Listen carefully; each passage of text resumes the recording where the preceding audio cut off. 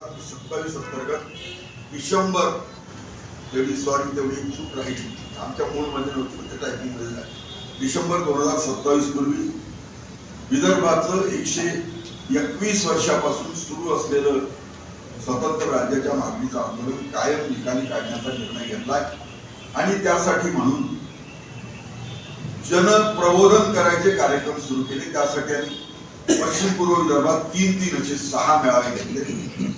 अमरावती त्यामध्ये आम्ही जसं कंत्राटी शिक्षक, पेन्शनर, तासिकेवरील शिक्षक, कंत्राटी इंजिनियर आणि सरपंच अशी सामूहिक परिषद घेतली। नंतर मेळघाटात एक जनसंकल्प मेळावा घेतला, नंतर कारंजात घेतला, गडचिरोलीत घेतला, गोंदियात घेतला, भंडारा घेतला, 6 झाले। आता 7वां हा लॉंग मार्च आहे। लॉंग मार्च आणि मेळावा आहे। नंतर राहिलेले 5 मेळावे आम्हाला 2-2 महिन्याच्या फरकाने 10 महिन्यात पूर्ण करायचे। डिसेंबर 2027 ही डेडलाईन आहे। त्यासाठी सगळं जनजागरण करायचं। 120 तालुक्यातील गावागावात घराघरात हे आंदोलन केलं पाहिजे। शहरांमधल्या कुटुंबापर्यंत गेलं पाहिजे। म्हणून हा 2.5 किलोमीटरचा लॉंग मार्च आहे। आणि नंतर आम्ही निघू, विदर्भ चंडिकेला नमन करू, गांधीबाग मार्गे महालातील याला येऊ आणि हे होईल। याचं कारण असं आहे की आम्ही 121 वर्षापासून हे आंदोलन म्हणजे पारतंत्र्यात असताना पासून त्यावेळेच्या आमच्या 3ऱ्या जनरेशननी आधीच्या पिढीने सुरू केलं ते पुढे चालत आलं आहे। पारतंत्र्यात असताना हे आंदोलन सुरू झालं म्हणजे खऱ्या अर्थाने विदर्भाच्या स्वातंत्र्याची ही लढाई आहे। आणि म्हणून वेगवेगळ्या घटना झाल्या पण ते झालं नाही। आज आमच्या पुढे यक्ष प्रश्न तयार आहे 6 नंबर 1 की इथे सिंचनाचा अनुशेष आहे तो जवळजवळ 60,000 कोटीचा आहे। 131 धरणं पूर्ण झाले, अपूर्ण आहे, काहींचे कालवे अपूर्ण आहे। 14 लाख हेक्टर जमिनी पाण्याखाली आणायची आहे। ती आली तरच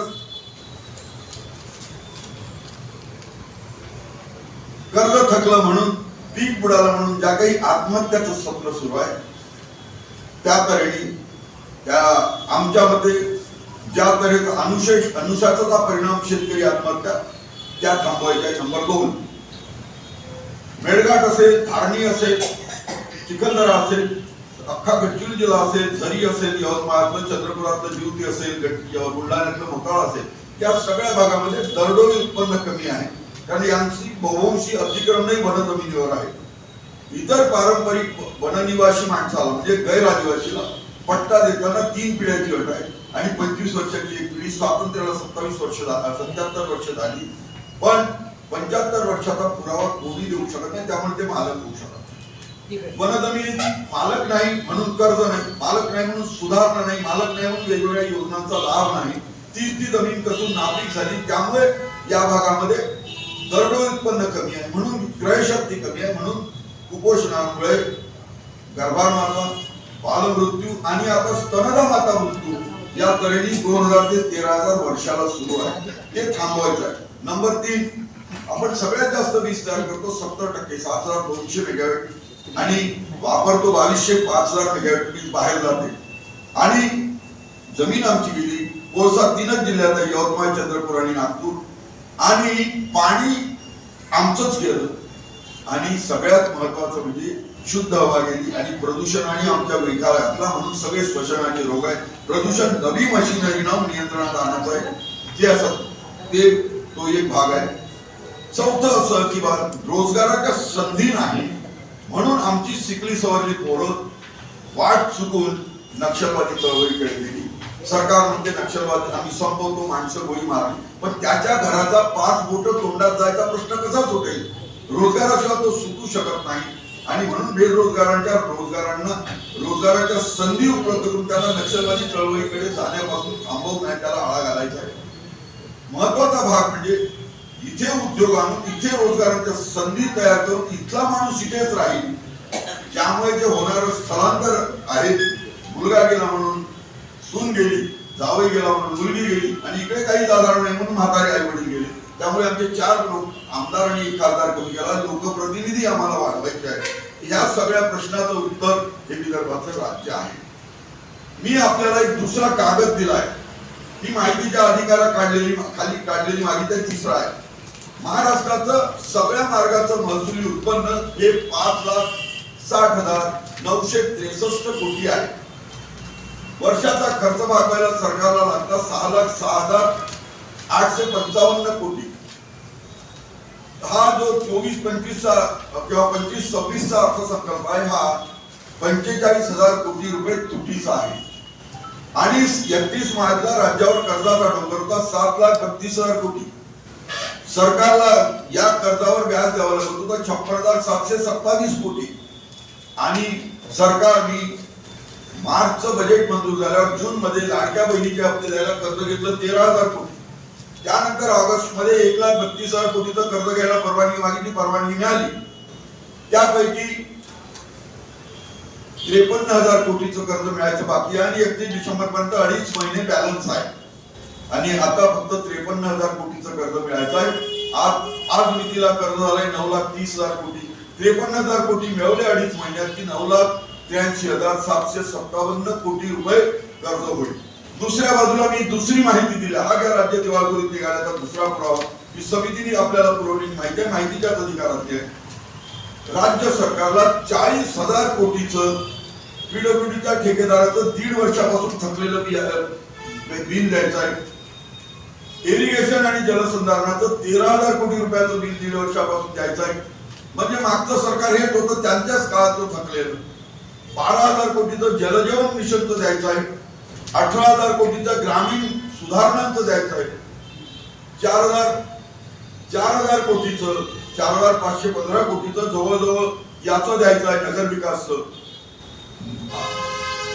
निवडणुकीच्या आधी सरकारने आपल्या आमदारांना जी विशेष कामं दिली, पुढे झडपीची निवडणूक आहे म्हणून त्याचं 6,000 कोटीचं ग्रामविकास म्हणजे ग्रामीण भागातल्या झडपीचं काम ही द्यायचं आहे.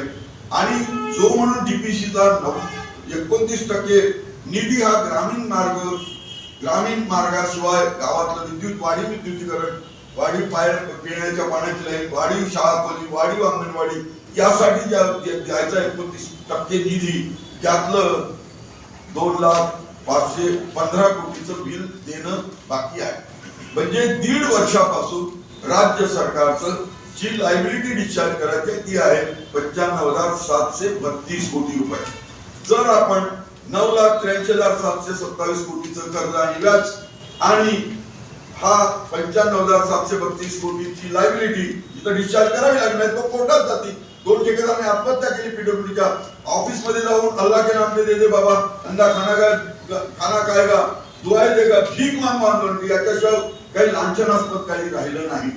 आणि हे सगळं प्लस केलं तर 10,59,459 कोटी रुपयाचा बकाया आहे.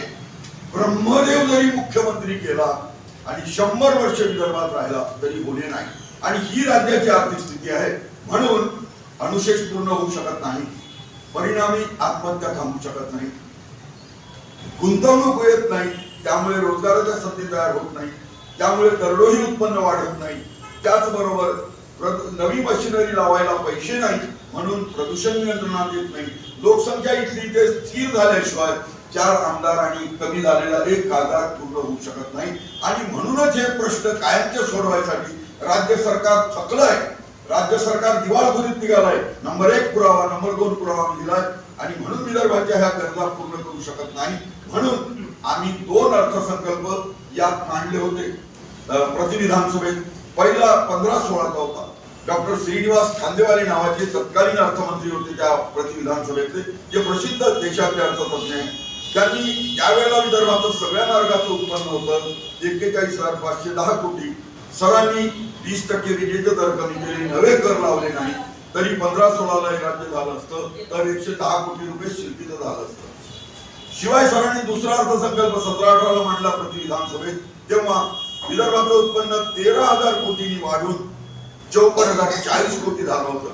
तेव्हाही सरांनी 20% विजेचे दर कमी केले, नवे कर लावले नाही, तरी खर्च होता 52,380 कोटी. आणि म्हणजे तेव्हा राज्य झालं असतं तर ते 1,660 कोटी रुपये शिल्पीचं झालं असतं. आणि महाराष्ट्राचं राज्य हे आजच्या घडीला 9,83,727 कोटी रुपये म्हणजे कर्ज आणि व्याजात बुडलाय. आणि 95,000 रुपयाच्या कर्जाच्या म्हणजे लायबिलिटीच्या बोजाखाली दबलाय. आणि म्हणून या सगळ्या प्रश्नाचं एकच उत्तर आहे की विदर्भातल्या माणसाला माणूस म्हणून सन्मानाने सुखाने जगता यायचं असेल देशाच्या माणसाच्या तुलनेत तर विदर्भाचं राज्य बेस्ट असेल. 22 तारखेला आम्ही विदर्भ चंडिकेला नमन करतो की दुर्गा माता शरण तुम्हारे आया हूं मैदास मेरी पूरी करो आवास म्हणून नमन करून निघतो. 2.5 किलोमीटर गांधीबाग मार्गे येतो आणि महाल मधल्या 33 पार्कला सभा होईल. या जनसंकल्प लॉंग मार्च मध्ये वेगवेगळी दृश्य असतील, वेगवेगळ्या भागातले प्रतिनिधी असतील, मेळघाट मारलं एक पथक येईल, नृत्य पथक येईल, एक जिवती तालुक्यातलं एक आदिवासी डान्स येईल आणि गडचिरोली जिल्ह्याच्या बॉर्डरवरचं म्हणजे आदिवासी आणि छत्तीसगडी असं एक दृश्य, असं एक डान्स येईल. त्याशिवाय 20-25 महिला या पुसद वरून येतील, त्या बंजारा समाजाच्या असतील त्या गणवेशात येतील आणि पारधी समाजाचे 5-10 लोक येतील. म्हणजे जे लोक म्हणतात बाहेर हे पडेल पुढाऱ्यांचा शहरी आंदोलन आहे त्याला ग्रामीण भागातील सामान्य माणसाचा प्रतिसाद आहे. मैहू म्हणून ही सामान्य माणसं या आंदोलनात सहभागी आहेत. या तऱ्हेने आम्ही हा लॉंग मार्च काढतो आणि 2 वाजता मेळावा घेऊन पुन्हा आयुष्याच्या पेटवा मशाली असा संदेश जनतेला, विदर्भातल्या जनतेला 2 वर्षांनी लढायला तयार होण्यासाठी मोटिवेट करणारा देतो.